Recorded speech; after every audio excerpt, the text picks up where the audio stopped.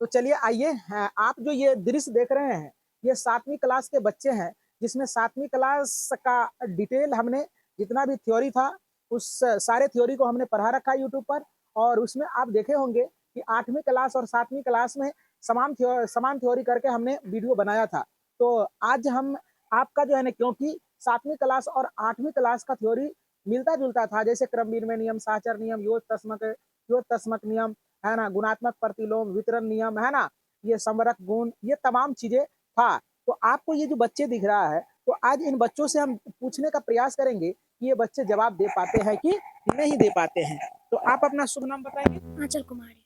आंचल कुमारी जी, आप किस क्लास में पढ़ते हो। 7th क्लास में। 7th क्लास में। अच्छा, आप बताएंगे क्रम विनिमय नियम किसे कहते हैं।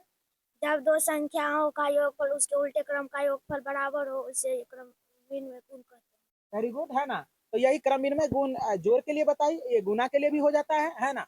और घटाव के लिए लागू नहीं होता है, बताए थे, और भागा के लिए भी लागू नहीं होता है, ऐसा बताए थे। आप बताएंगे साहचर्य गुण क्या होता है। तीन संख्याओं में प्रथम दो संख्या उसके उल्टे तीसरा संख्या उस योग का योगफल उसी प्रकार पहली संख्या और अंतिम दो संख्याओं का योगफल बराबर हो उसे सहचर गुण। वेरी गुड, मतलब कि तीन पूर्णांक में पहले दो पूर्णांक लेते हैं, इसके बाद एक को छोड़ते हैं, फिर हम लोग क्या करते हैं, बराबर का चिन्ह लगाते हैं, इसके बाद प्रथम से या अंतिम से आप दो पूर्णांक लेते हैं, पहले वाले को छोड़ते हैं, तो इसका जब कैलकुलेशन करते हैं तो समान आता है। तो सही बात बताई है सोनाक्षी भारती। क्रम विनिमय नियम क्या होता है।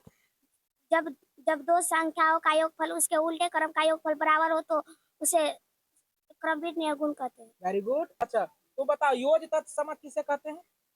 जब किसी संख्या में शून्य जोड़ने पर कोई परिवर्तन ना हो उसे योज तत्सम कहते हैं। बहुत अच्छा। आप बताएंगे संवरक गुण किसे कहते हैं। जब दो पूर्ण संख्या को जोड़ने पर पूर्ण संख्या ही प्राप्त हो तो उसे संवरक गुण कहते हैं। Very good.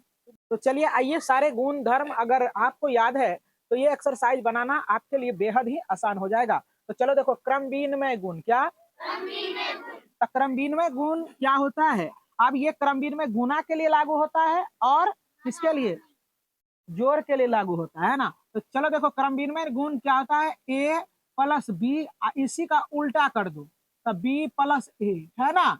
ये हो गया आपका फॉर्मूला। अब गुना के लिए ए गुना बी, और यहाँ हो जाएगा बी गुना ए, है ना। तो यही कहा था एग्जाम्पल देने के लिए, तो पहला एग्जाम्पल दे दो, 2 प्लस 3, सॉरी यार 3 प्लस 4, यहाँ 4 प्लस 3, देखो दोनों को जोड़ेंगे तो 7 होगा।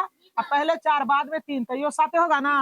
अब अगला एग्जाम्पल ले लो, है ना। अगला एग्जाम्पल में जरा से देखो, जैसे 7, अब गुना के लिए लिखना है तो गुना के लिए तो कहा नहीं गया है, आप कोई भी एक ले लेंगे, है ना, कोई दिक्कत।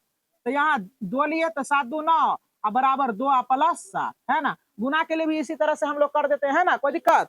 तो ये आपका ये आपका हो गया। अब देखने का प्रयास करेंगे। अब साहचर गुण, साहचर गुण में देखो, इसमें भी साहचर गुण में भी क्या होता है, ए प्लस बी प्लस सी कर दे, और फिर ए प्लस बी प्लस सी कर दे, पहले दोगों को घेर दो, अंतिम से दोगों को घेर दो, है ना। यही हो गया साहचर गुण। ये जोड़ के लिए हो गया। अब गुना के लिए ए गुना बी या गुना सी करेंगे, फिर ए गुना बी गुना सी करेंगे, तो यहाँ से अंतिम से दोगों को घेर दो, है ना, सॉरी, पहले दोगों को घेर दो और बाकी दोगों को घेर दो, बस यही हो गया। कितना आसान है ये साहचर गुण। अब 1 नंबर एग्जाम्पल, जैसे 2 प्लस 3 प्लस 4, 2 प्लस 3 प्लस 4, तो दोगों को घेर दो, इस अंतिम से दोगों को घेर दो, बस यही हो गया। आसान है ना। अब गुना के लिए भी उसी तरह से कर लेंगे, है कि नहीं, समझ में आ रहा है सारे बच्चे को। अब देखो ये क्या है, संवरक गुण क्या होता है। तो संवरक गुण पढ़ा था ना तू लोग। संवरक गुण में क्या होता है, संवरक गुण में हम लोग पढ़े थे, जब पूर्ण संख्या में, जब किसी पूर्ण संख्या में पूर्ण संख्या ही जोड़ते हैं तो पूर्ण संख्या ही प्राप्त होता है ना। तो जैसे पूर्ण संख्या तो पांचों है ना। 1 नंबर एग्जाम्पल देखो, तब 5 में अगर 2 जोड़ देंगे तो 7, यह पूर्ण संख्या है ना। अगला एग्जाम्पल, जैसे -7 है, इसमें क्या करते हैं, -2 जोड़ देते हैं, है ना। तो अगर इसको ऐसा करते हैं, देखो देखने का प्रयास करेंगे, अगर हम इसमें 2 जोड़ देते हैं तो ये क्या हो जाएगा, -5 हो जाएगा। तो ये भी पूर्ण संख्या ही है। बहुत सारे एग्जाम्पल लिख सकते हैं। तो समझ में आ गया सारे बच्चे को, है ना। अब जरा सा देखो, पूर्ण संख्या कहा था ना, क्या कहा था, पूर्ण संख्या। तो पूर्ण संख्या, ये पूर्ण संख्या हो गया। जैसे 8 प्लस 7 करते हैं तो 8 7 15, ये भी पूर्ण संख्या है ना। तो यही हो गया पूर्ण संख्या का समवर्ग गुण, है ना। यानी पूर्ण संख्या में पूर्ण संख्या जोड़ने पर पूर्ण संख्या ही प्राप्त हो, है ना, तो उसे समवर्ग गुण कहते हैं। अब योज तत्समक है, तो योज तत्समक नियम किसे कहते हैं, बताए थे, क्या होता है योज तत्समक? हाँ, वेरी गुड। जब किसी संख्या में शून्य जोड़ने पर कोई परिवर्तन ना हो तो उसे क्या कहते हैं हम लोग, योज तत्समक। जैसे एक नंबर एग्जाम्पल है, जैसे देखो इसका फार्मूला बना देते हैं, है ना। ए में 0 जोड़ देंगे तो ए न रहेगा, और बी में हम लोग 0 जोड़ देंगे तो बी न रहेगा। उसी प्रकार से एक नंबर, जैसे 4 में 0 जोड़ दो तो 4 हो जाएगा। अगला एग्जाम्पल 5 में 0 जोड़ दो तो 5 रह जाएगा ना। तो एवं प्रकार से बहुत सारे एग्जाम्पल लिख सकते हो। बहुत बहुत धन्यवाद।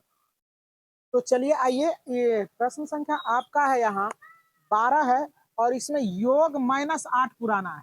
तो योग -8 पुराना है, तो आप क्या कर देंगे, माइनस आप ले लेंगे 4, और यहाँ प्लस -4 ले लेंगे। तो यहाँ -4 और माइनस गुना प्लस -4 बराबर -8 में हो जाएगा।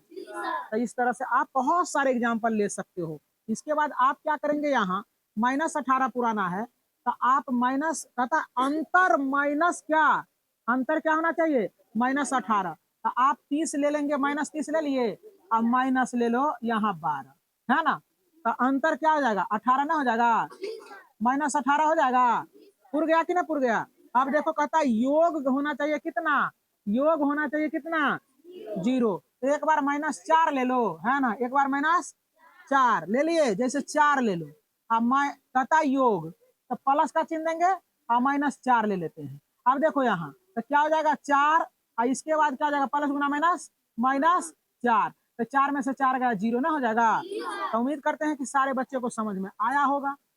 तो इसी के साथ ये एक्सरसाइज होता है खत्म।